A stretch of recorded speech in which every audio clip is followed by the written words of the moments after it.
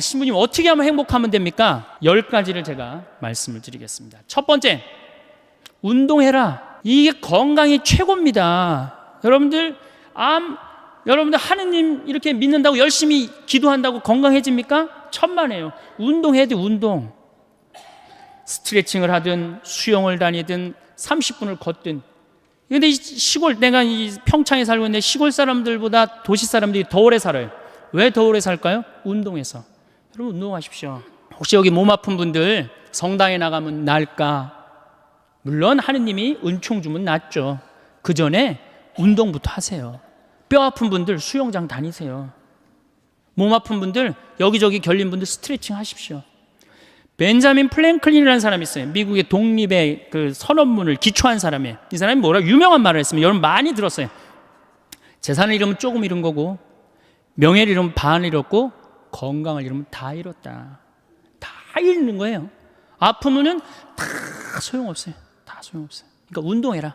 두 번째, 감사해라. 우리 천주교 교우들이 제일 못하는 것 중에 하나가 감사야. 감사. 얼마나 감사해. 하느님이 물도 공짜로 주셨죠. 공기도 공짜로 주셨죠. 햇볕도 공짜로 주셨죠. 이 은총 속에 살아가면서도 왜 우리 감사하지 못해요? 저는 매일 평창에서 수원에 있는 어머니 아버지를 향해서 절합니다. 나 빚 없이 구김살 없이 키워주셔서 감사합니다.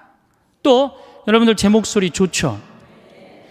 얼굴은 씹다 뱉은 수제비 같이 생겼어도 목소리 하나는 참 좋게 낳아주셨어요. 그래서 목소리 좋게 낳아주신 것에 대해서 항상 감사해요. 내가 가지고 있는 좋은 거를 늘 발견하려고 해야지, 내가 가지지 않은 거를 바라면 불행합니다. 동탄에 땅 사둘 걸 내가 왜 그걸 못 사뒀을까? 집에 갖고 매일 하면은 그 땅이 생깁니까? 안 생깁니다. 내가 가지지 못한 건 여러분들 욕심을 내면 안 돼요. 항상 내가 가지고 있는 것에 대해서 감사해야 돼요. 여러분들 아이가 첫 걸음 걸었을 때 행복했어요? 안 행복했어요? 그것만 기억하라는 거예요. 지금 흰 눈동자 95%, 까만 눈동자 5% 뜨고 확 막 댐비고 소리 지르는 거 그걸 생각하지 말고.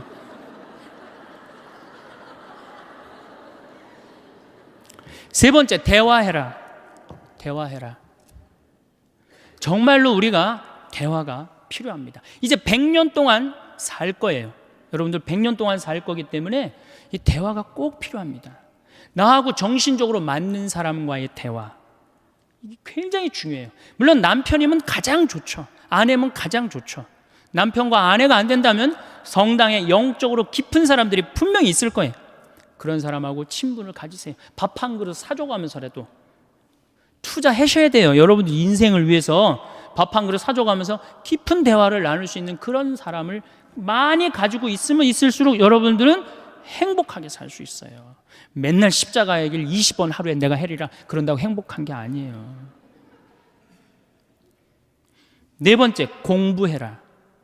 자, 여러분들 초등학교 6년, 중고등학교 6년, 대학교 4년, 12년, 16년 동안 공부해서 50살까지 먹고 삽니다. 50살까지. 자, 50살부터 100살까지 살려면 어떻게 해야 될까요? 다시 공부해야 돼. 근데 우리나라 사람은 공부를 안 해요. 이게 문제입니다. 큰 문제예요. 공부 안 하는 거. 다섯 번째, TV 시청을 반으로 줄여라. 지금 이 평화방송 중계하고 있는 걸로 알고 있는데 텔레비전이 문제 중에 문제입니다. 현대의 하느님이 누가 하느님이에요? 우리 예수님이 하느님이에요? 저는 예수님이 하느님이라고 생각하지 않아요. 텔레비전님이 하느님이라고 생각해요. 여러분들 거실 정가운데 누가 모셔져 계세요? 텔레비전님 모셔져 계시죠? 쇼판 누굴 향해서 배열되어 있어요? 텔레비전님을 향해서 배열되어 있어요. 말씀하십시오. 당신 종이 듣고 있나이다. 이러면서 아침에 일어나고 누구한테 제일 먼저 문안 인사드려요? KBS님 안녕히 주무셨습니까? 더 기가 막힌 건 뭔 줄 아세요? 텔레비전님이 주무시기 전에는 절대 안 잡니다. 텔레비전님이 주무셔야지 나 오늘 하루 일과가 끝났구나. 그리고 텔레비전님이 바로 주무시면 나도 바로 불 끄고 주무셔요. 이 기가 막힌 거죠. 이거 현대 하느님? 하느님 아니에요. 여러분들이 하느님하고 영적인 세계에 빠져들으려고 그러면 텔레비전만 치시면 깊은 세계에 빠져들 수 있어요. 영적인 세계. 아니 하늘만큼 땅만큼 하루만 안 봐도 하늘도 없고 땅도 없는 것 같아요. 아니 하늘만큼 땅만큼 끝나고 무슨 재미로 사나 했더니 미우나 고운하를 해네. 저한테 많은 분들이 그럽니다. 신부님, 그렇게 강의를 많이 다니면서 언제 그렇게 책을 쓰십니까?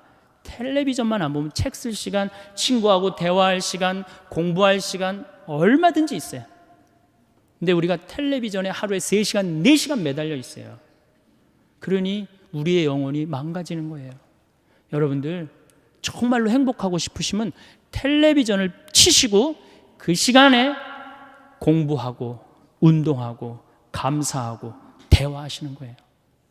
6번째, 행복하려고 그러면 신앙생활을 해라. 우리 신부님이 천주교 신부면서도 6번째로 미루는 게 좀 섭섭할 수 있을 거예요.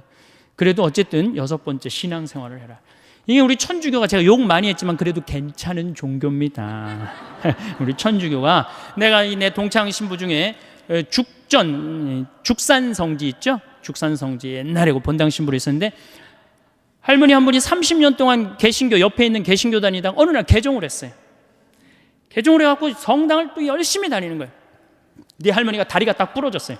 부러졌는데 택시를 타고 맨날 미사 참여로 오는 거예요. 신부가 그랬어요. 할머니 봉송체도 있고 그러니까 내가 갈 테니까 할머니 돈 들여서 나오지 말아라. 그랬더니 이 할머니 정말 또 명언을 하나 했어요. 신부님 괜찮아요. 내가 이 천주교 다니고 보니까 저 개신교 다닐 때보다 이 천주교 훨씬 싸게 먹히니까 괜찮다.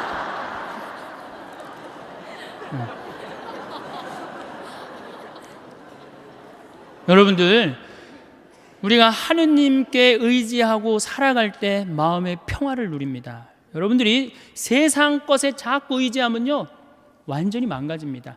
여러분들 미국 서브프라임 일어났죠? 우리나라도 제가 보기에는 결코 안전한 지대가 아니에요. 여러분들 내 땅값 1억 2억 됐다고 마음이 붕붕붕붕 떠 있는데 붕붕붕붕 뜨면 떨어지게 돼 있어요. 우리가 거는 기대는 하느님이어야지 세상적인 거는 결코 긴 영원한 행복을 주지 못한다. 그래서 여러분들 열심히 하느님 믿으세요. 하느님 찬양하고 하느님께 감사드리고. 7번째, 행복하려면 웃어라. 우리 참 안 웃어요. 참 안 웃어요. 우리나라 사람들 참 안 웃어요. 제가 이렇게 도시에, 저는 뭐 이 시골에 살지만 이렇게 도시에 이렇게 나와서 가끔 엘리베이터를 탈 때가 있어요. 그럼 이렇게 여자들은 좀 웃으면 그렇지만 남자들은 이렇게 눈이 마주치면 반드시 제가 이렇게 웃어줍니다. 그럼 저쪽에서도 웃어주면 정말 좋겠는데 저쪽에서는 눈빛이 내가 저놈을 어서 봤더라. 그러니까 내가 이게 빵긋 웃어준 내가 더 이상한 거예요. 빵긋 웃어준 내가 더 이상한 거예요. 그러니까 여러분들 사진 찍으라고 그러면은 웃는 사람 몇 명 있어요. 절대 안 웃죠. 안 웃어 버릇했으니까. 이게 마취를 하고 수술한 사람이랑 간지러움을 태우고 수술한 사람이랑 깨어날 때 누가 덜 아프다 그래요? 간지러움을 태우고 수술한 사람이 훨씬 덜 아프다. 웃는 건 우리 삶의 큰 활력입니다. 민주주의하고 공산주의하고 결정적으로 갈린 이유가 뭐예요? 민주주의가 승리하고 공산주의가 망한 결정적인 이유는 뭐예요? 저는 민주주의는 웃어서 일어난 거고 공산주의는 안 웃어서 망했다고 저는 생각해요. 여러분들 북한 공산주의를 이렇게 비춰줄 때 웃는 거 본 적 있으세요? 거의 없어요. 개그 프로그램이 없어요. 웃을 때 경쟁력이 생기는 거예요. 여러분들 주위에 참 잘 웃는 사람, 그 사람 경쟁력이 있어요. 생전 안 웃는 사람 경쟁력 있을 것 같아요? 절대 없습니다. 웃으면 한 560개의 얼굴에 주름이 생긴다고 그래요. 근육이 움직여서. 그런 분들은 웃으면 참 예뻐요. 특히 50대 후반의 그 초로의 여인이 이게 잔주름이 잔잔해 갖고 웃을 때 너무너무 예뻐요. 그런데 만약에 평생 웃지 않아갖고 얼굴에 한 17개밖에 근육이 굵은 주름이 없어. 그분은 웃어도 무서워요. 여러분들 많이 웃으십시오. 웃는 거야말로 우리가 행복으로 갈 수 있는 지름길이에요. 그러니까 웃을 일을 많이 만들으세요. 유머도 좀 할 줄 알고, 웃긴 얘기도 좀 어서 좀 배워갖고 좀 남편한테도 한번 해주고. 8번째, 전화해라. 현대는 굉장히 외로운 병에 시달립니다. 근데 외로운 병에 시달리는 건 내가 먼저 시도하지 않기 때문이에요. 여기 혹시 어제 제가 앙성성당이라는 데서 하루 피정을 하고 왔는데 전부 다 할머니들이에요. 할머니들, 할아버지들이 있어갖고 제가 그랬어요. 자식들 다 도시에서 나가서 살지 않느냐고. 근데 도시에서 나가서 사는 자식이 전화 안 하면 섭섭합니까? 그랬더니 섭섭하대요. 섭섭할 시간 있으면 먼저 전화해라. 여러분들 자식들이 전화 안 한다고 섭섭할 시간 있으면 먼저 하시면 되잖아요. 나는 수원교구 신부인데 평창에 들어서 살고 있어요. 그런데 나한테 전화 안 한다고 내가 외로워, 괴롭다 뭐 이럴 시간 있으면 먼저 전화하면 돼. 내 동창 중에 우리 수원교구 복음화 국장을 하고 있는 신부인데 로마에 유학을 갔어요. 6년 동안 한 달에 3번씩 꼬박꼬박 나한테 전화해요. 생태마을 농사는 잘 되냐, 교육은 잘 들어오느냐, 넌 잘 있느냐. 한 달에 꼬박꼬박 쓰고 난 6년에 딱 한 번 전화했어요. 레오나르도 다빈치 공항에 내가 8월 30일 날 가니까 나와라. 딱 한 번. 그런데 그 신부를 싫어하는 신부가 없어요. 다 누구한테나 전화를 하니까. 그놈이 6년 동안 로마에서 나한테 전화해 주는데 얼마나 좋아요. 흠이 있다면 꼭 수신자 부담으로 하는 게 흠이기는 하지만.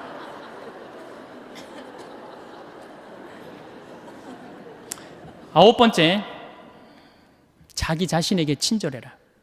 자기 자신을 사랑하지 않는 사람은 어느 누구도 사랑할 수 없습니다. 이 50대 된 아주머니들을 보면 쌈순이야. 완전 쌈순이야. 자식 보면은 내가 너한테 평생 모든 걸 바쳤는데 왜 서울대학도 못 가고 저 지방 어느 대학을 나고 빌빌거리냐고 그러고 싸우고, 남편 보면 당신 나한테 해준 게 뭐 있냐고 그러고 싸우고, 시어머니 보면 왜 죽지도 않고 날 이렇게 괴롭히냐고 그러고 싸우고. 왜 쌈순이가 됐을까요?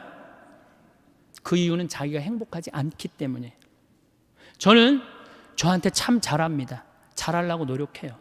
저는 내가 냉면이 먹고 싶다 그러면 총회장이 사줄래나, 부회장이 사줄래나, 성무회장이 사줄래나 안 기다립니다. 냉면이 먹고 싶으면 내 돈 들여서 내가 사 먹어요. 아니 총회장이 내가 냉면이 먹고 싶은지 무슨 짜장면이 먹고 싶은지 어떻게 알아요? 그걸 기다리고 언제 앉아 있어요? 여러분들도 여러분들 먹고 싶은 먹고 싶은 게 있으면 여러분들 돈 들여서 사 먹어요. 그리고 오늘 당장에 애들 학원 먼저 끊어요. 학원 끊고 그 돈 가지고 일단 여행 먼저 갔다 오세요. 그럼 자식한테 절대 원망하지 않습니다. 10번째, 이웃에게 친절해라. 9번째까지 하면은 매력 없는 사람이에요. 근데 우리 천주교 하느님 믿는다 그러면서 얼마나 우리가 정말로 강팍하게 사는지 몰라요. 정말 이 사람들이 매일 십자가 얘기라고 매일 참회 예절하는 사람인가 의심이 갈 정도로 강팍하게 삽니다. 여러분들 1,000원 가지고 괴로워하고 갈등하고 아파해 본 적 있어요, 없어요? 있습니다. 지하철을 탔어요. 갑자기 문이 열리더니 어두운 밤에 캄캄한 이러면서 아니 이 맹인이 이렇게 장님이 이렇게 지나가고 있어요. 그럼 그때부터 괴로워하기 시작하는 거예요. 1,000원을 줘야 되나 말아야 되나. 이게 앞에 지나가면 이제 얼굴이 빨개졌다 하얘졌다 합니다. 이걸 꺼내 아무도 안 주는데 이게 용기가 안 난다. 뒷꼭지 보고 무슨 생각을 하냐면 그래도 1,000원을 줄 걸. 이런 나를 하느님이 보고 무슨 생각을 할 것 같아요? 저걸 천당에 데리고 와야 되나 말아야 되나. 하느님도 똑같이 내가 이웃한테 베푸는 만큼 하느님도 베풀어요. 근데 이놈은 1,000원을 가지고 그렇게 갈등하고 괴로워하고 힘들어하니 그게 무슨 십자가 얘기를 했는데 무슨 소용이 있어요? 사실 제가 신학교 2학년 때 명동에, 저는 수원신학교 졸업했기 때문에 명동에 오면서 갈등을 한 적이 있어요. 아니 전철에 앉아 있는데 지나가는 거예요. 1,000원을 줘야 되나 말아야 되냐. 굉장히 결국 못 줬어요. 신학교에 가만히 앉아 있는데 기가 막히더라고. 하느님 위해서 모든 걸 내놨대는데 이놈은 1,000원 가지고 이렇게 괴로워하고 번뇌하고 아파하는 내 자신이 너무 한심하더라고요. 그 다음부터 저하고 약속을 했어요. 만나면 무조건 5,000원, 10,000원을 주리라. 1년에 몇 번 만나요? 그 후로 5,000원, 10,000원을 주고 나니까 그렇게 평화로워요. 5,000원, 10,000원을 주고 나니까 그 다음에는 10,000원, 20,000원도 너무너무 쉬워요. 10만 원도 쉬워요. 여러분들 어때요? 내가 시장에 나갔어. 시장에 나갔는데 저기서 이 다리 잘린 분이 고무 타이어하고 끌고 와. 야, 하늘나라의 공덕살 기회가 왔다 하고 내줘야 되는데 무슨 생각해? 제발 내 쪽으로만 오지 말아다오.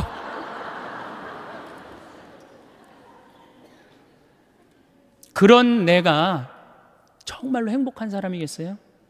행복할 수가 없어요.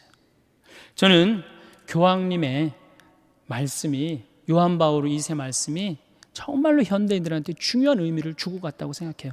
나는 행복했습니다. 여러분들도 행복하십시오. 여러분들 행복은 멀리 있는 게 아니에요. 제가 이거 조금 내용을 바꿨지만 이 영국 BBC에서 나는 불행하다 한 사람들 모아갖고 3개월 동안 시켰더니 아무것도 변한 게 없는데 이 세상이 너무 아름답다, 너무 행복하다, 그렇게 느꼈다는 거예요. 제가 본당 신부할 때 요한나라는 열심한 자매가 있었어요. 이 자매가 애를 넷을 낳았어요. 누가 봐도 이 자매가 정말로 효녀예요, 효녀. 그래갖고 이 자매를 보고 입교하는 교우들도 참 많았어요. 근데 이 자매가 나한테 와서 신세 한탄할 때 보면 신부님, 시집살이 하기 너무 힘들대요. 왜 힘드냐? 우리 시어머니, 시아버지는 아침, 점심, 저녁 세 끼를 다 따뜻한 밥을 원한대요. 세 끼를 다. 그러니 8명 밥을 아침, 점심, 저녁으로 한다고 생각해 보세요. 얼마나 힘들어요. 그래서 내가 우리 할아버지 할머니들을 모시고 온천을 간 적이 있어요. 온천을 이제 가서 제가 우리 요셉 할아버지가 그때 73살이었어요. 73살이요. 할아버지, 왜 집에서 밥을 3끼를 꼭 다 드셔야 되느냐? 한 끼는 좀 노인정 가서 드셔라. 가서 좀 고수톱도 치고 친구들하고 놀고 그래야지. 며느리가 무슨 징역 사는 것도 아니고 하루 종일 집에 매달려서 시어머니, 시아버지 뒷바라지라는 거 너무 힘들지 않느냐? 며느리도 아침 식사 이렇게 설거지 끝내고 학부형도 만나고 다니고 싶은데 좀 다니게 하면 얼마나 좋으냐? 그랬더니 이 할아버지가 저한테 화를 내는 거예요. 신부님, 저는 노인정 가기 싫다는 거예요. 아니, 왜 노인이 노인정 가기 싫으냐? 그랬더니 이 할아버지 저한테 명언을 했어요. 형들이 심부름을 시켜서 가기 싫대요. 제가 조사를 해보니까 75살 이하를 뭐라고 부르느냐면 청노인이라고 그래요. 청년 노인이다 이거예요. 75살은 청년이에요, 청년. 이게 계산상 안 맞아, 계산상. 자식을 20년 키웠으면 20년만 받아 먹어야 될 거 아니야. 근데 요즘 20년 키우고 50년 받아 먹어, 50년. 그러니 자식들도 지치는 거예요, 지치는 거예요. 여러분들 생각해 보세요. 집에 내가 30살까지 키워놨는데 40이 돼도 장가 안 가고 빈둥빈둥거리는 놈이 있으면 미워요, 안 미워요? 밉죠? 반대로 한번 생각해 보세요.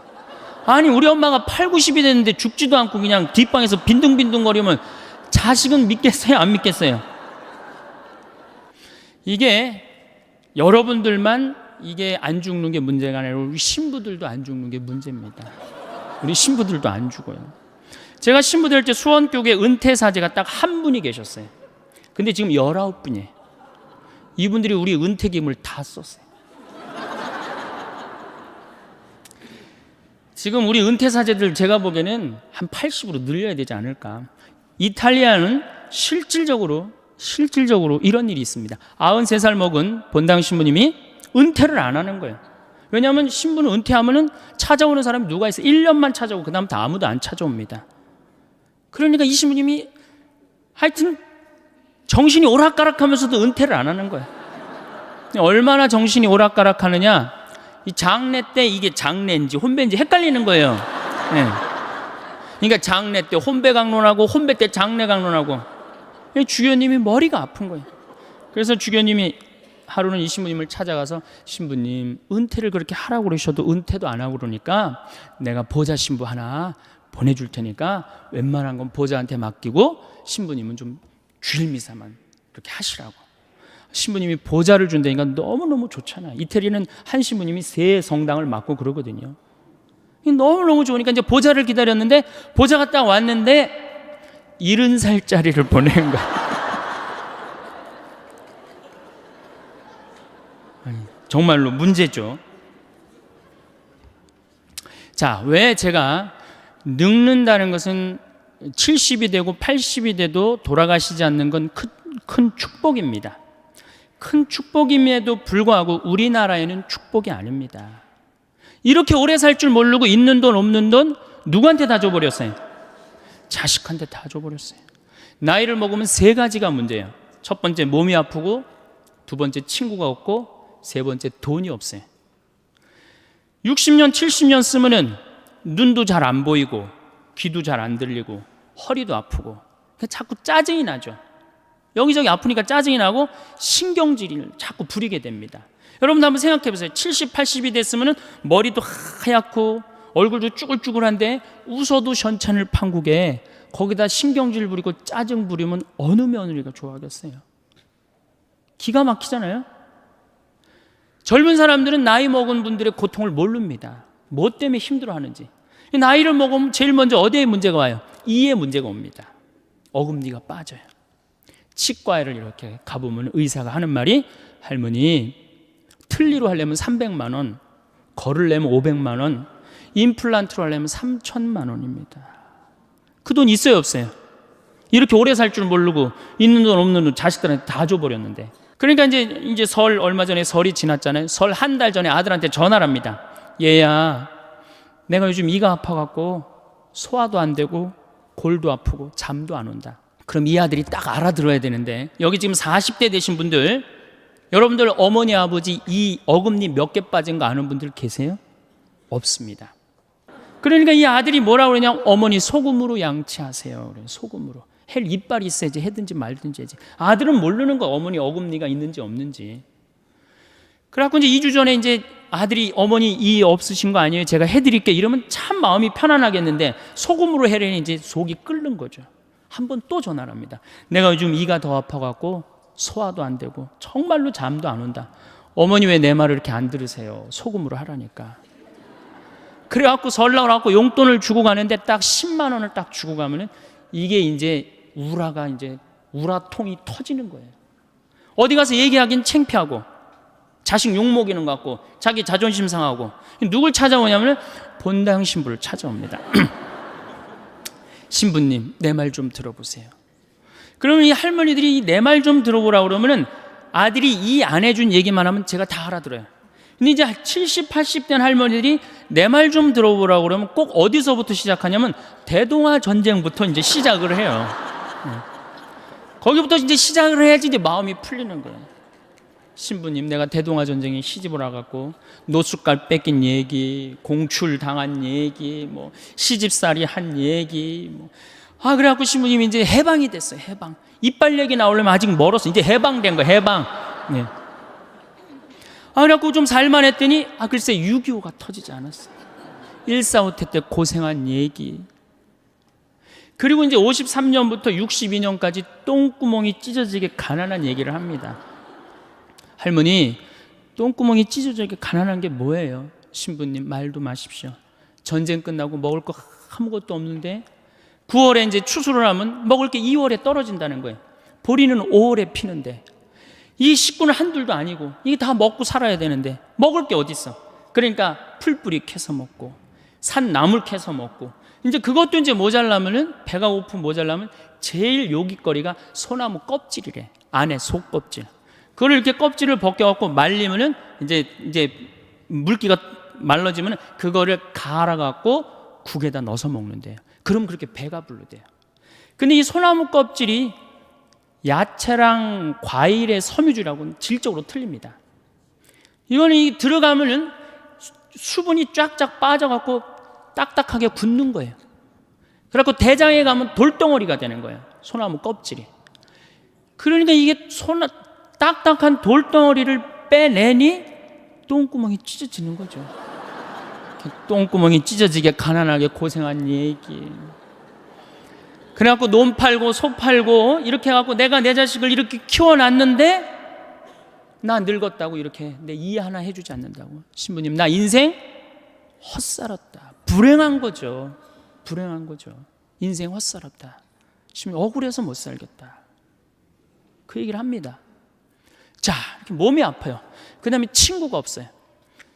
나이를 먹으면은 자꾸 줄어듭니다. 떠나가고 죽고.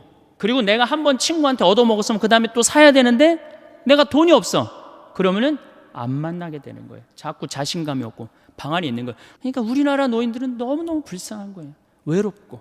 거기다 이제 속까지 좁은 거죠. 왜? 누가 친구야? 뒷방에 벽이 내 친구야. 인생 복귀하는 거 매일 앉아서 대동아 전쟁부터 쫙. 그러니 한숨 한 번 쉬고 벽 한 번 쳐다보고 한숨 한 번 쉬고. 그러니까 속 좁죠. 짜증 부리죠. 신경질 부리죠. 얼굴 쭈글쭈글하죠. 머리 하얗죠. 이런 시어머니 90까지 모시고 산 며느리 있으면은 장례미사 끝나자마자 본당 신부가 할 일이 있습니다. 교황청에 연락해서 그 며느리 바로 시성식 해줘야 돼. 대단한 며느리입니다. 대단한 며느리. 끝으로 돈이 없어요. 이게 제일 문제입니다. 나이를 먹어갖고 돈이 있으면은 어떻게 해요?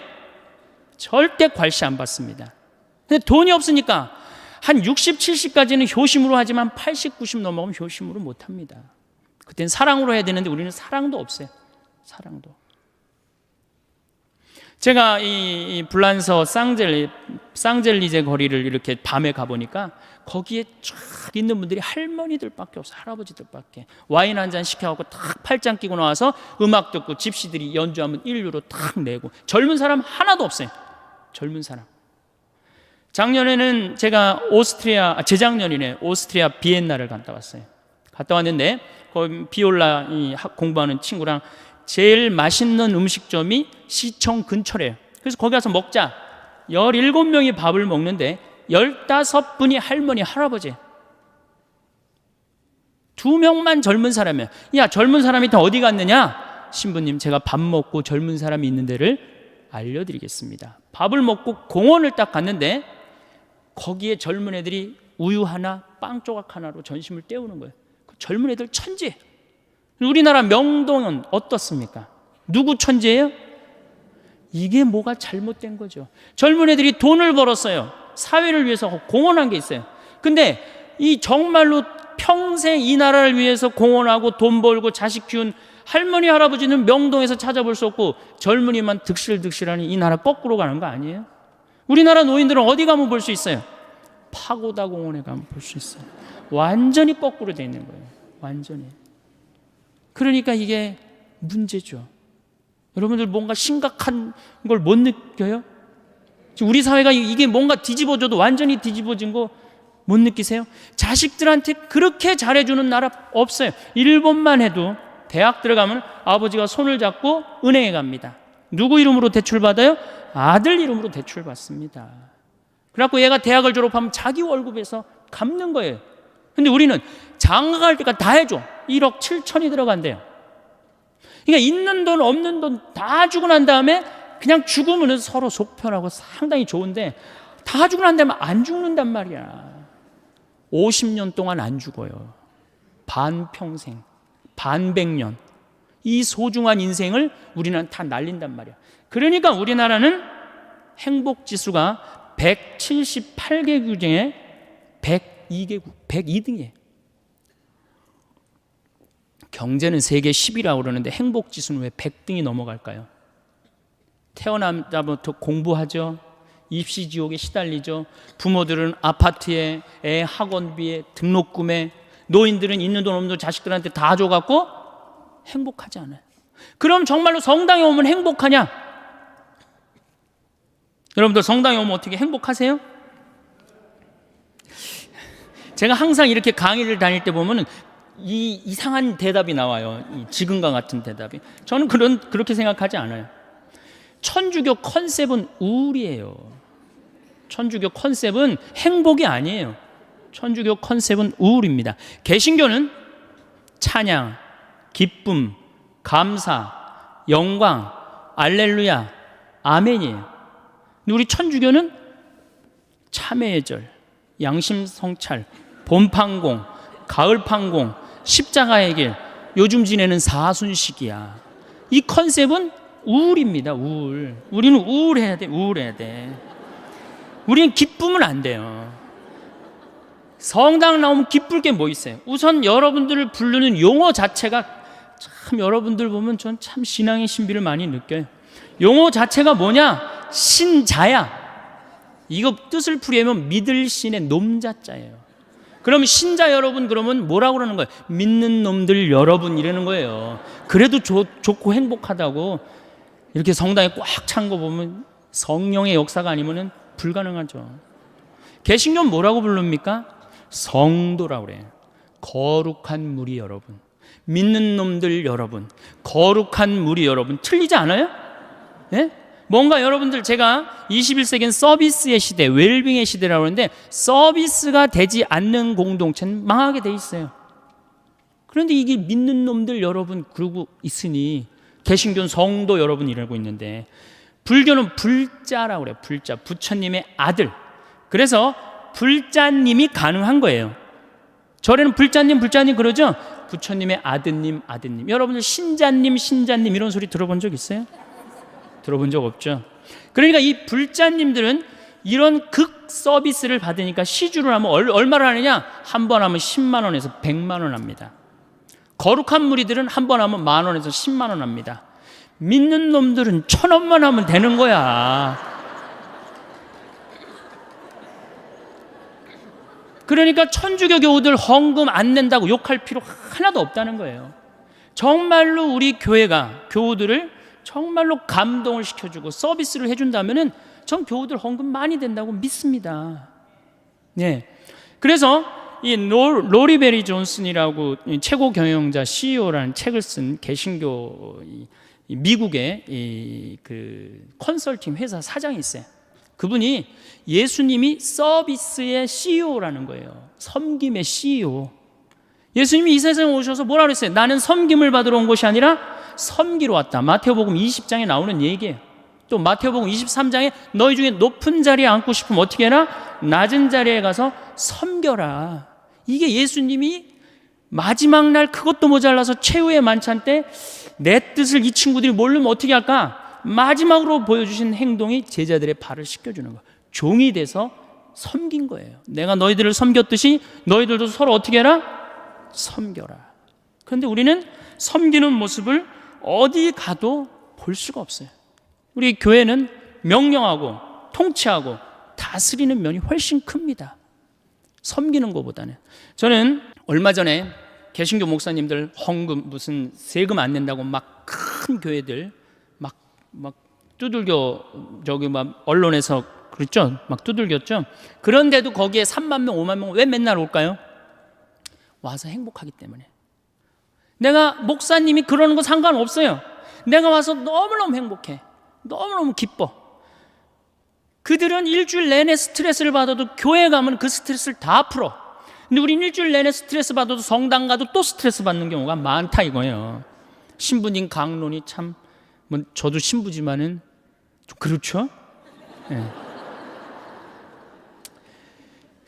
우리 여기 대부분이 지금 여성들인데, 시아버니 호랑새요, 시어머니 꾸중새요, 동생 하나 한림새요, 한량새요, 신우 하나 뾰족새요, 시아집이 뾰중새요, 남편 하나 미련새요, 자식 하나 우는새요, 나 하나만 썩을 셀새.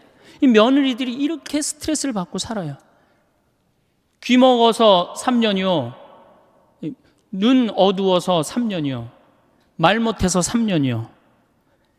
석 3년을 살다 보니 배꼽 같던 내 얼굴 호박꽃 다 되었네.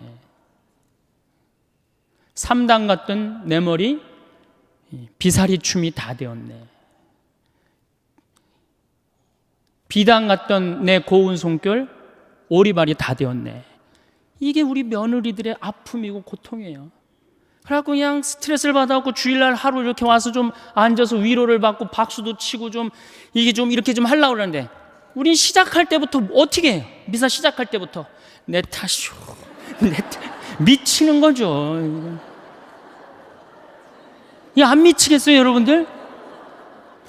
그러니까 이 성가 소리를 들어보면요, 정말 기가 막혀요.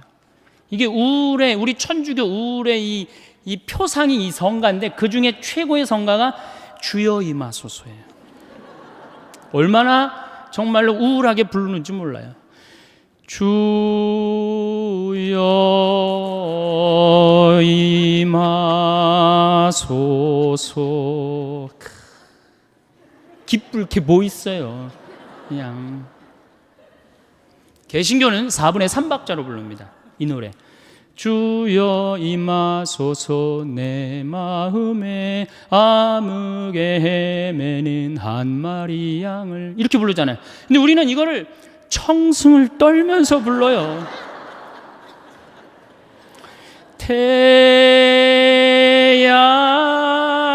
태양과 같으신 사랑.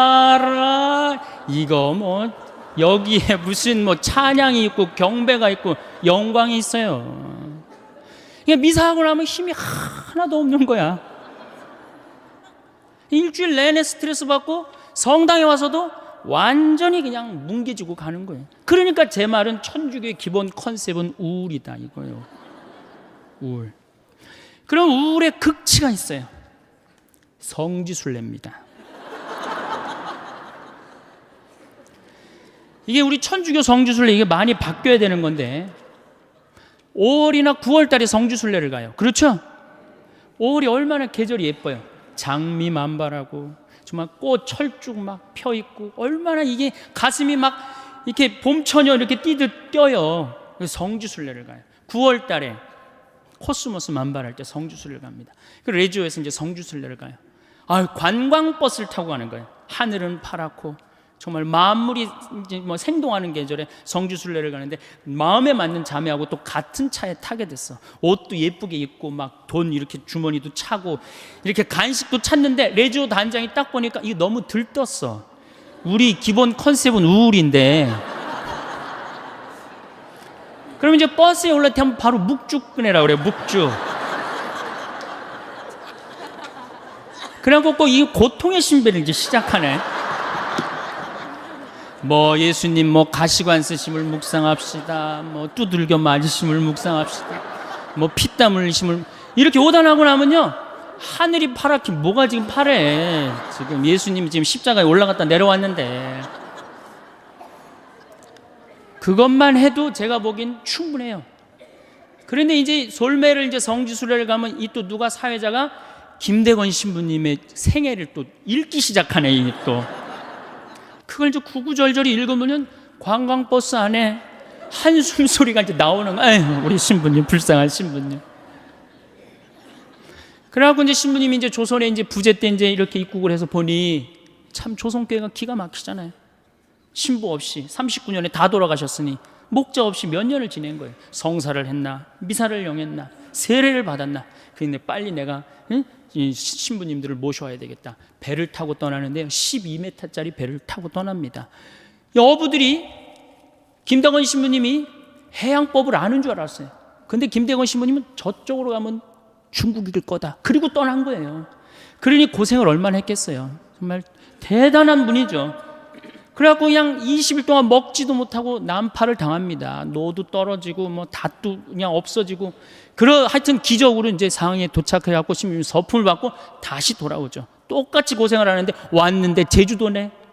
조선인 줄 알고 왔는데 그래갖고 다시 또 이제 인천으로 들어가갖고 신부님이 사목 활동을 하다가 주무시지도 않고 사제가 더 필요하다 그래서 사제를 영입하려고 그러다가 순위도에서 붙잡히시죠. 6월 달에 6월 달에 붙잡혀하고 9월에 순교를 하는데 이 젊은이가 관아에서 라틴어하지, 불어하지, 중국어하지, 우리나라 말하지 이런 인재가 어디 있어요.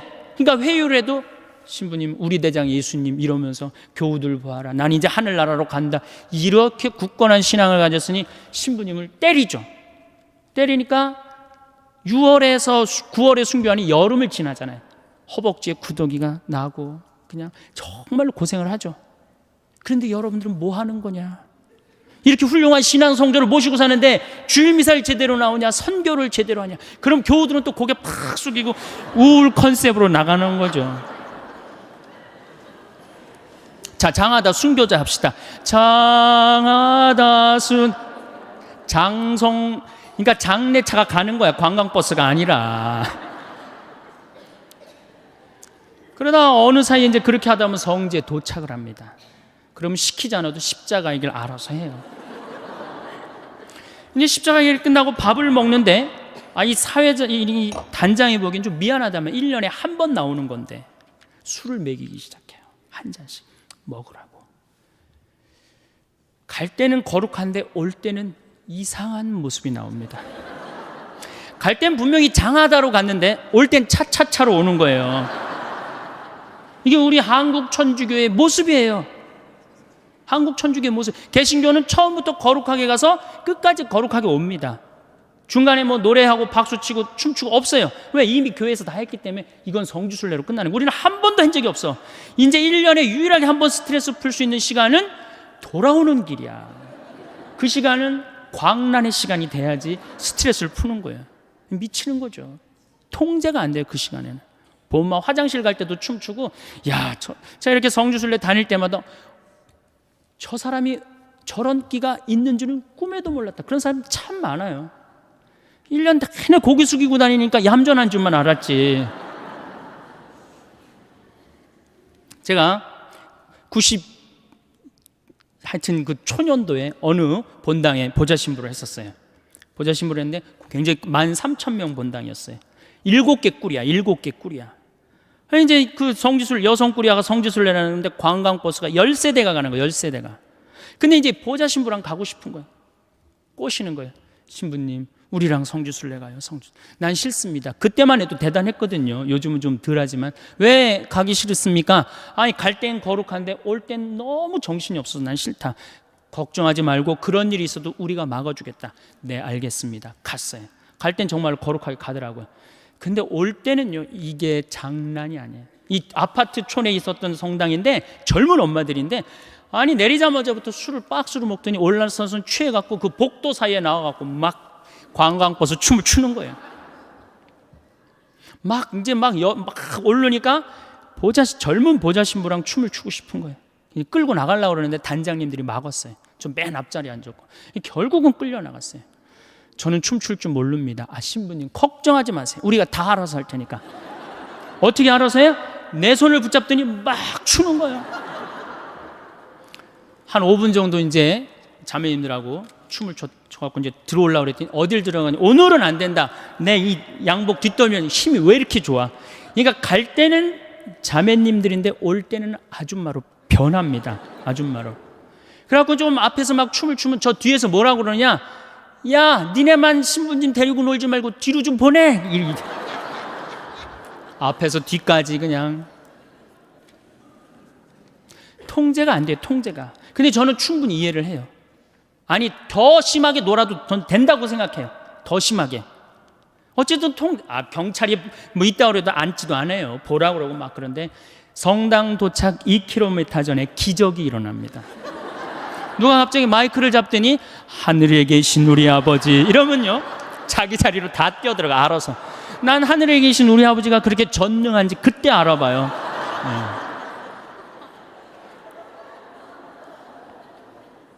은총이 가득하신 마리아 하면은 이제 머리를 쓰다듬습니다. 머리를 성모님 마음을 가라앉혀 주죠. 영광이 하면요 다시 우울 컨셉으로 돌아갑니다.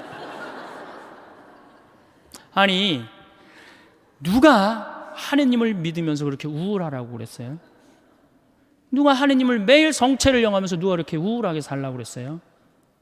여러분들, 예수님께서요, 첫 강론, 당신이 구원 사업의 첫 강론이 뭐였느냐 하면은, 구약성서는 해지 말아라, 이거 하면 안 된다, 저거 하면 안 된다, 이렇게 하면 안 된다, 맨 해지 말아야 했는데, 예수님의 첫 강론은 뭐였냐면 해라야. 해라. 어떻게 해라?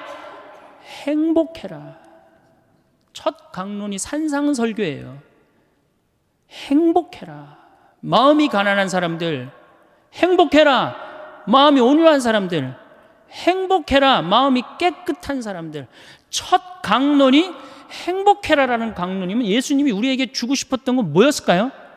행복입니다. 우리는 하나님을 믿으면서 행복해야 돼요. 근데 그놈의 행복은 다 2000년이 지나고 난 다음에 어디 가고 우리는 우울만 남아 있습니까? 5장 8절에 뭐라고 그러시냐면은, 너희는 기뻐하고 즐거워하여라. 하늘나라에서 받을 상이 크다. 이 기가 막힌 예수님의 강론을 우리는 왜 까먹고 사는지 몰라요. 이걸 이어받은 사도 바오로가 데살로니가전서 5장 16절에 뭐라고 그래요? 항상 기뻐하시오, 항상 감사하시오, 항상 기도하시오, 이랬잖아요. 근데 우리는 늘 우울해요. 그래서 이게 지금 3시간짜리 강의인데 제가 1시간으로 줄인 겁니다. 제가 어디 강의를 갔는데 강의가 끝나고 난 다음에 어느 중학교 선생님이 저를 찾아왔어요. 신부님, 우리 학교에 큰일이 났습니다. 뭐 이렇게 큰일이 났습니까? 그랬더니 남자 학부형들이 대책회의를 한대요. 무슨 대책회의를 하냐? 1등부터 10등까지는 여자아이들이 하고 11등부터 남자아이들이 한대요. 그래갖고 어떻게 하면 우리 아들을 10등 안으로 집어넣을 수 있을까? 그 대책회의를 한대요. 그래서 21세기는 정말로 여성의 시대다. 왜 여성의 시대가 왔느냐? 왜 남자아이들이 시험을 못 보느냐? 조사를 해봤는데 이유는 딱 한 가지래. 컴퓨터 게임 때문에 그렇다고 그래요. 지금 중고등학교 아이들 모든 가정의 갈등의 원인은 컴퓨터 게임입니다. 그 다음에 또 남자의 특성 중에 하나는 개떼처럼 몰려다니는 걸 좋아한대, 남자애들. 그러니까 이 여자아이들하고 경쟁해서 이길 수가 없다는 거예요. 그러니까 지금 초등학교, 중고등학교 아이들에서는 지금 훨씬 더 많이, 이미 미국은 하버드 대학에 여학생이 더 많이 합격을 하고 있죠. 이렇게 살기 좋은 세상이 왔는데 우리나라 여자들은 사회에 참여하지 않습니다. 16대 국회의원 때 우리나라 여성 국회의원이 16명이었어요. 300명 중. 17대 39명이었어요. 10% 겨우 넘었습니다. 스웨덴은 47%, 덴마크는 28%. 그러니까 잘 사는 나라일수록 어때요? 여성의 사회 참여율이 높습니다. 근데 우리나라는 이렇게 살기 좋은 세상이 왔는데 우리나라 여성들은 사회에 관심이 없어요. 엎어지든 뒤집어지든 대운하가 되든 말든 그게 그렇게 중요하지 않습니다. 정말 중요한 건 뭐예요? 자식 교육. 여기에 미쳐 있어요. 또 하나, 텔레비전. 이 두 가지에 미쳐 있어요. 이게 정신이 없는 거예요. 이 자식 교육을 보면은 우리나라 여성들이 얼마나 자식 교육에 미쳐 있느냐 하면은 요즘 엄마들은 애를 하나밖에 안 놓잖아요. 하나밖에 안 놓으니까 임신을 딱 하는 순간 내가 하느님께서 나에게 정말로 생명을 주셨구나. 이 생명이 세상에 나와서 행복하게 살았으면 좋겠다. 이 자연을 마음껏 누리고 살았으면 좋겠다. 이런 생각 안 합니다. 임신하는 순간 내 뱃속에 서울대학 C가 들어왔다고 생각을 해요. 서울대학 C가. 이 C를 잘 꼽혀갖고 서울대학에 집어넣어야 된다고 생각을 해요. 그래서 이 C한테 글자를 가르치기 시작합니다. 도화지에 이렇게 써놓고 대한민국, 대통령, 뭐 판사, 좋은 건 다. 요즘은 2개 국어를 할 줄 안다고 애들이 뱃속에서 알아듣는다고 영어로 How are you today, my baby? It's cold. 요즘 춥다 이거죠. 그리고 영어로 얘기를 한다는 거예요. 그러니까 얘는 뱃속에 있으면서부터 교육을 받습니다. 이걸 뭐라고 그러냐면 태교라고 그러죠. 참 불쌍한 아이들이죠. 엄마의 태를 열고 세상에 나왔어요. 세상이 얼마나 이뻐요. 구름도 예쁘고 지금 달이 너무너무 이쁘게 떴더라고요. 달도 이쁘고 별도 이쁘고 비도 이쁘고 눈도 이쁘고 그 이쁜 걸 아파트 베란다 창문을 통해서 보고 싶은데 이 잔인한 엄마들이 너는 세상을 볼 시간도 없고 자격도 없어. 그래서 아파트 베란다 창문, 큰 창문의 한쪽에는 가나다라마바 차타카트를 붙여놓고 또 반대 창문에는 A, B, C, D, E, F, G를 붙여놓는단 말이에요. 누워서 모빌이 돌아가는데 기역, 니은, 디귿, 리을이 돌아가요. 창문을 봐도 글자, 모빌이 돌아가는데도 글자. 겨다닐만 할 때 되면 우리 엄마들이 어떻게 하느냐? 텔레비전에는 텔레비전이라고 그 밑에다 써놓고, 의자에는 의자라고 써놓고, 냉장고에는 냉장고라고 써놔요. 어딜 가도 글자니까 요즘 애들이 몇 살에 한글을 띄냐면 5살이면 한글을 띱니다. 모르는 글자가 없어요. 우리 생태마을에 이 아빠 캠프를 옵니다. 아이들이 5살 어린이집 아이들이 보편제한 기도를 읽어요. 그게 기가 막히잖아요. 천재 아니야, 천재. 저한테 데리고 옵니다. 여러분들 40대 넘은 분들 중에 혹시 글 띄고 학교 들어가신 분들 계세요? 전 초등학교 1학년 내내 빵점 받았어요. 받아쓰기. 글이 뭔 줄 알고 들어가요. 어느 날 어머니가 여기 수건 달아주니까 이게 학교 가는 건가 보다 하고 갔죠. 근데 그런 엄마가 내 아이가 5살 때 한글을 띄었다. 흥분됩니까? 안 됩니까? 흥분되죠. 저한테 데리고 옵니다. 신부님, 우리 애가 천재인가 봐요. 왜요? 텔레비에 나오는 글자 모르는 글자가 없어요. 안수기도 축복기도 해지 않는 거죠. 천재한테. 그럼 내가 걔 머리에 손을 얹고 뭐라고 기도를 하냐면은 이제 네 인생은 쫑났다. 내가 이렇게 기도해줘요. 이 5살 때는 고정적인 개념을 가르쳐주면 얘가 똑똑 바보가 된다고 그래요. 글자는 잘 알지만 다른 걸 전혀 모른다는 거예요. 똑똑 바보가 되는 거예요. 그리고 나중에 이제 누구 인생도 같이 쪽납니까? 엄마 인생도 같이 쪽나는 거예요. 천재인 줄 알고 초등학교에 넣어놨더니 남들하고 섞어놓으니까 어때요? 똑같네. 불안하고 초조하죠. 그러니까 학원에 보내기 시작해. 속셈 학원, 나눗셈 학원, 영어 학원, 요즘 서당도 있어요. 서당, 태권도 학원, 애가 무슨 실험 도구 대상도 아니고 얼마나 불쌍해. 그래갖고 초등학교 끝나면 이제 중고등학교 때 전쟁을 합니다. 아이랑 학원에 가느냐 안 가느냐. 신부님은 애를 안 낳아서 모르지만 이게 너무는 이게 안 됩니다. 이게 그럴 문제로 끝나는 게 아니에요. 어쨌든 울며 불며 달래갖고 서울대학은커녕 무슨 저 지방에 무슨 제3대학에 이제 들어갔어요, 얘가. 그래갖고 얘가 졸업을 해갖고 취직을 했어요. 장가까지 보냈네. 그럼 부모 역할 다 한 거야, 안 한 거야? 다 했죠? 부모 역할 다 했으면 어떻게 해야 돼요? 줘야지. 부모 역할 다 했으면.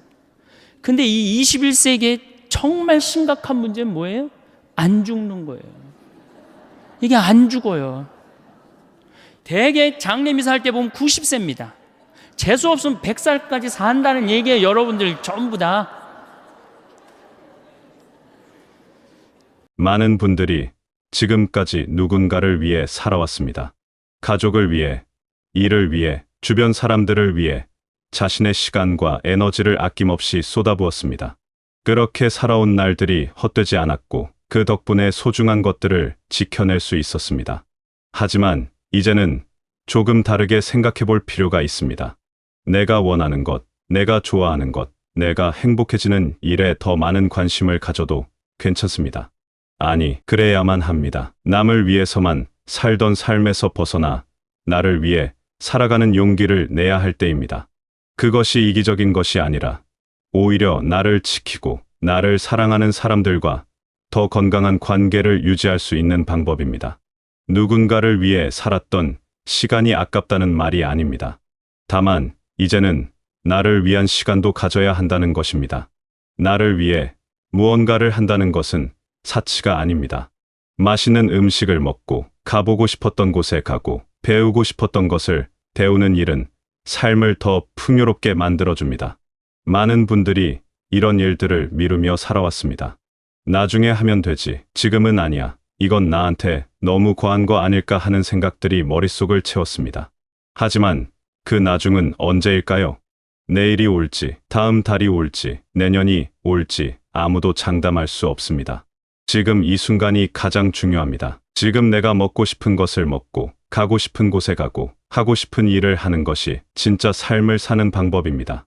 미루면 미룰수록 기회는 사라지고 할 수 있는 일들도 줄어듭니다. 나에게 투자하는 것은 단순히 물질적인 것만을 의미하지 않습니다. 마음의 평화를 찾는 것, 새로운 경험을 하는 것, 즐거움을 느끼는 것 모두가 나를 위한 투자입니다. 가끔은 아무 이유 없이 꽃을 사도 좋고 맛있는 과일을 사서 먹어도 좋습니다. 조금 비싸더라도 편한 신발을 사고 마음에 드는 옷을 입는 것도 나를 위한 선택입니다. 이런 작은 결정들이 모여 삶의 질을 높여줍니다. 내가 행복해야 주변 사람들도 편안해집니다. 내가 웃어야 가족도 웃고 친구들도 즐겁습니다. 행복은 전염되는 것이니까요. 나를 돌보는 일은 결국 나를 사랑하는 사람들을 돌보는 일이기도 합니다. 내가 불행하면 주변 사람들도 그 무게를 함께 짊어지게 됩니다. 반대로 내가 행복하면 그 기쁨이 자연스럽게 퍼져나갑니다. 그렇다면 나를 위해 가장 먼저 해야 할 일은 무엇일까요? 바로 건강을 챙기는 것입니다. 돈이 아무리 많아도 몸이 아프면 아무 소용이 없습니다. 가보고 싶은 곳이 있어도 걸을 수 없으면 갈 수 없고 하고 싶은 일이 있어도 체력이 없으면 할 수 없습니다. 건강은 모든 것의 기본입니다. 건강을 잃으면 모든 것을 잃는 것과 마찬가지입니다. 그래서 지금부터라도 매일 조금씩 움직여야 합니다. 거창한 운동을 할 필요는 없습니다. 매일 30분씩 걷는 것만으로도 충분합니다. 집 근처를 천천히 산책하거나 공원을 한 바퀴 도는 것만으로도 몸은 달라집니다. 걷기는 가장 쉽고 가장 안전하며 가장 효과적인 운동입니다. 가벼운 근력 운동도 도움이 됩니다. 집에서 할 수 있는 간단한 스트레칭이나 맨몸 운동만으로도 근육을 유지할 수 있습니다. 계단을 오르내리거나 의자에서 일어섰다 앉기를 반복하는 것도 좋은 운동이 됩니다.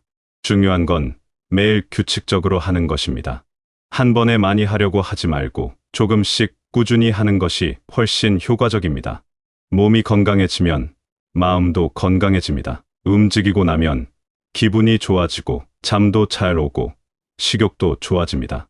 하루의 리듬이 생기면서 삶이 더 활기차게 느껴집니다. 운동은 단순히 몸을 움직이는 것이 아니라 삶 전체에 활력을 불어넣는 일입니다.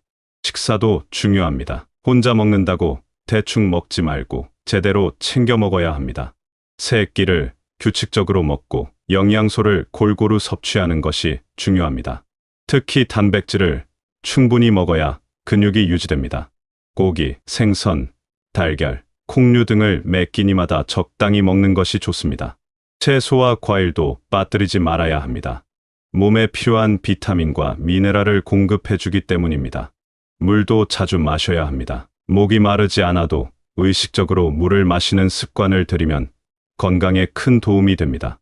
하루에 6잔에서 8잔 정도 마시는 것이 적당합니다. 식사를 거르지 않고 제때 먹고 골고루 먹는 것이 건강의 기본입니다. 수면도 신경 써야 합니다. 잠을 잘 자야 다음 날 활기차게 보낼 수 있습니다.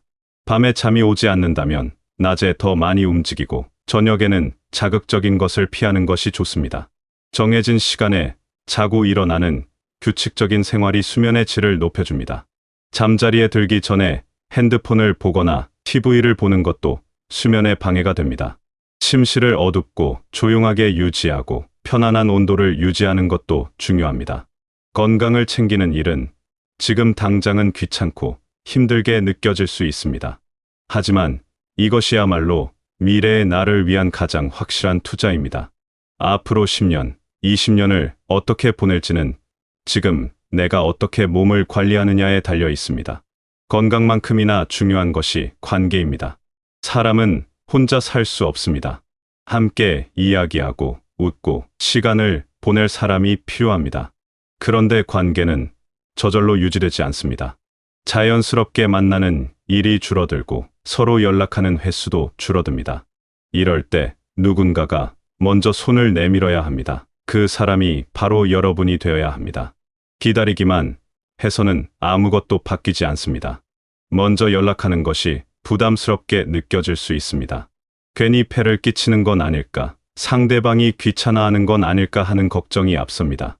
하지만 대부분의 사람들은 연락을 받으면 기뻐합니다. 누군가 자신을 생각해주고 만나고 싶어 한다는 사실 자체가 반갑고 고마운 일입니다. 먼저 연락해서 차 한잔 하자고, 밥 한 끼 먹자고, 산책이라도 하자고 제안하는 것은 용기 있는 행동입니다. 그 작은 용기가 외로움을 막아주고 삶의 활력을 불어넣어 줍니다. 연락을 받은 상대방도 사실은 연락하고 싶었는데 용기가 없었을 수 있습니다. 여러분의 연락 한 통이 상대방에게도 큰 기쁨이 될 수 있습니다. 만남은 거창할 필요가 없습니다. 가까운 곳에서 차 한잔 마시거나 공원을 산책하거나 간단한 식사를 하는 것만으로도 충분합니다. 중요한 건 함께 시간을 보내는 것입니다. 그 시간 동안 이야기를 나누고 서로의 안부를 묻고 함께 웃는 것이 관계를 단단하게 만들어줍니다. 정기적으로 만나는 모임을 만드는 것도 좋습니다. 일주일에 한 번, 한 달에 한 번이라도 정해진 날에 만나는 사람들이 있으면 삶의 리듬이 생깁니다. 기다려지는 날이 생기고 준비하는 재미도 생깁니다. 그런 약속이 있으면 하루하루가 의미 있어집니다. 새로운 사람들을 만나는 것도 좋습니다. 지역센터나 문화센터에서 하는 프로그램에 참여하면 비슷한 관심사를 가진 사람들을 만날 수 있습니다. 운동 모임, 취미 모임, 봉사활동 등 무엇이든 좋습니다. 새로운 환경에서 새로운 사람들을 만나면 삶이 더 풍성해집니다. 처음에는 낯설고 어색할 수 있지만 몇 번 나가다 보면 익숙해지고 친해지는 사람들이 생깁니다. 그 과정 자체가 즐거운 경험이 됩니다. 새로운 사람을 만난다는 것은 새로운 세계를 만나는 것과 같습니다. 다른 생각, 다른 경험, 다른 이야기를 듣는 것만으로도 삶이 풍요로워집니다. 외로움은 스스로 해결해야 하는 문제입니다. 누군가 찾아와 주기를, 누군가 먼저 연락해 주기를 기다리면 외로움은 더 깊어집니다. 내가 먼저 움직여야 합니다. 내가 먼저 손을 내밀고 내가 먼저 약속을 잡아야 합니다. 적극적으로 움직이는 사람이 더 행복합니다. 기다리는 사람은 수동적이 되고 움직이는 사람은 능동적이 됩니다. 내 삶의 주인공은 나 자신입니다. 내가 원하는 삶을 만들어가는 것은 나의 책임이자 권리입니다. 누구도 대신해 줄 수 없는 일입니다. 지금까지 많은 것을 포기하며 살아왔을 것입니다. 내가 원하는 것보다 다른 사람이 원하는 것을 먼저 생각했고 내 행복보다 다른 사람의 행복을 우선시했습니다. 그것이 잘못된 선택은 아니었습니다. 하지만 이제는 다르게 살아도 됩니다. 나를 먼저 생각하고 나를 먼저 챙기고 나를 위해 시간과 돈을 쓰는 것이 당연한 일입니다. 그렇게 살아야 진짜 행복해질 수 있습니다. 다른 사람을 위해 사는 것도 의미 있지만 나를 위해 사는 것은 더 근본적인 일입니다. 나를 위한 삶을 산다는 것은 이기적인 것이 아닙니다. 오히려 나를 잘 돌볼 수 있어야 다른 사람도 잘 돌볼 수 있습니다. 내가 건강해야 가족과 더 오래 함께할 수 있고 내가 행복해야 주변 사람들에게도 긍정적인 에너지를 줄 수 있습니다. 나를 사랑하는 것이 다른 사람을 사랑하는 시작입니다. 나를 소중히 여기는 것이 다른 사람을 소중히 여기는 첫걸음입니다. 나를 존중하지 않는 사람이 다른 사람을 진정으로 존중할 수 없습니다. 앞으로의 삶은 지금까지와는 다르게 살 수 있습니다. 조금 더 나에게 관대하고 조금 더 나를 위해 쓰고 조금 더 내가 좋아하는 것을 하며 살 수 있습니다. 그것이 진짜 삶입니다. 남을 위해 희생하는 삶도 의미가 있지만 나를 위해 살아가는 삶도 똑같이 가치 있습니다. 아니, 어쩌면 더 중요할 수도 있습니다. 내가 행복해야 의미 있는 삶이 됩니다. 내가 만족해야 삶이 가치 있어집니다. 지금 이 순간부터 시작하면 됩니다. 오늘 맛있는 걸 먹어보고 내일은 조금 더 걸어보고 모레는 오랜만에 친구에게 연락해보는 것으로 충분합니다. 작은 변화들이 모이면 삶 전체가 달라집니다. 나를 위한 선택들이 쌓이면 나를 위한 삶이 됩니다. 그 삶은 누가 대신 만들어주지 않습니다. 내가 직접 만들어가야 합니다. 하루하루의 작은 선택이 모여 인생을 만듭니다. 이제는 나를 위해 살아갈 용기를 내시길 바랍니다. 조금 더 나에게 쓰고 조금 더 움직이고 먼저 손을 내밀어 내 행복을 직접 만들어가는 것이 진짜 준비입니다. 여러분은 충분히 그럴 자격이 있고 그럴 능력이 있습니다. 지금까지 잘 살아오셨듯이 앞으로도 잘 살아갈 수 있습니다. 다만 이번에는 나를 중심에 두고 살아가시길 바랍니다. 그것이 여러분에게도 여러분을 사랑하는 사람들에게도 가장 좋은 선택입니다. 나를 위한 삶을 시작하는 용기를 내시고 매일 조금씩 나를 위한 선택을 하시며 행복하고 건강한 날들을 만들어 가시길 바라겠습니다.